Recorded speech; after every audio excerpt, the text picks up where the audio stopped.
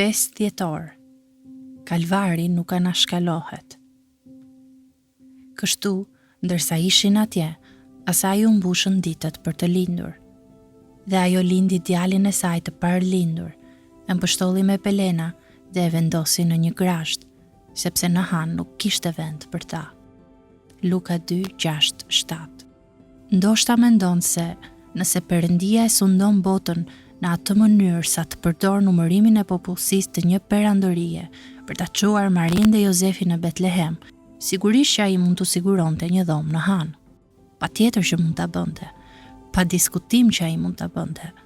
Jezusi mund të kishte lindur në një familje të pasur dhe mund t'i kishte kthyer gurët në bukë në shkret të tjerë.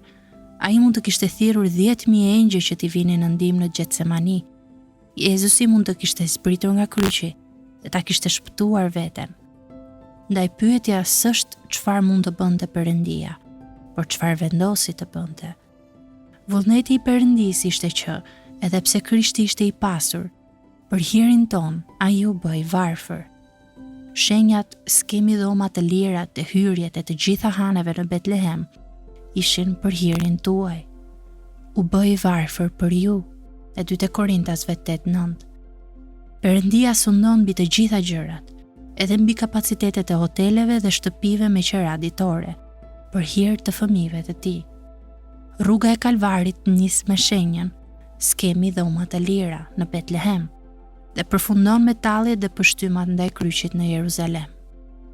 Nuk duhet harrojmë se Jezusi tha: "Nëse dikush do të vi pas meje, le ta mohoj vetveten, ta marrë çdo ditë kryqin e vet dhe të më ndjek." Luka 9:23.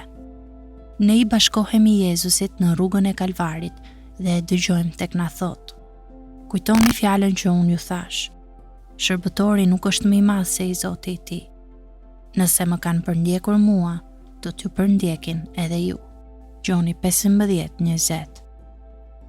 Ati që thëret me entuziazëm: "Zot, unë do të ndjek kudo që të shkosh", Jezusi i përgjigjet: "Thelprat kanë strofka dhe zogj të qiellit fole, kurse biri i njeriut nuk ka ku të mbështes kryet."